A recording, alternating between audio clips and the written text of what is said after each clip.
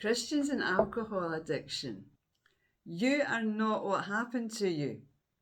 So in this video, I'm going to show you how God can take all your trauma and disappointments and totally transform them. I'll do that through the biblical lens of Peter.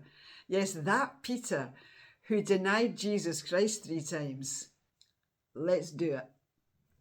So I want you to see yourself in Peter. After denying the Lord 3 times, what does he do? He bottles up his pain and he stagnates in it. He's too wounded and scarred to move forward. But he goes back to what he's comfortable in.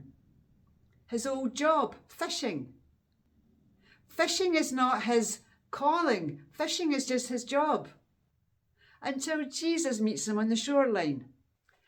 So stay to the end because I'm going to show you how we have 2 very different Peters living inside each and every one of us. What do you go back to that soothes your pain, stagnates you and kills you? Alcohol addiction. Time to come out of that. And remember, addiction is what you're fighting. It's not who you are. 50 days later at Pentecost, Peter stands up in front of a crowd of thousands, saves 3,000 of them in one day, gives out the first ever sermon and starts the Christian church. That's a transformation and it's yours for the taking. So there's 2 points here, a point of realisation and a point of action. The point of realisation comes when the rooster crows 3 times and Peter realises what he's done. And then in comes shame and guilt. And as a point of action, upon knowing that it was Jesus on the shoreline, Peter throws himself into the sea. He takes action. So post-resurrection, Peter, realising what he's done, is broken by it. But Peter's story shows us that failure isn't final, and God uses broken vessels. Not nice polished ones. Watch what God can do with your broken pieces. I forgot, I'm known as a sobriety bootcamp coach that doesn't sugarcoat. And I specialise in helping Christian women sober up and step into their God-given purpose.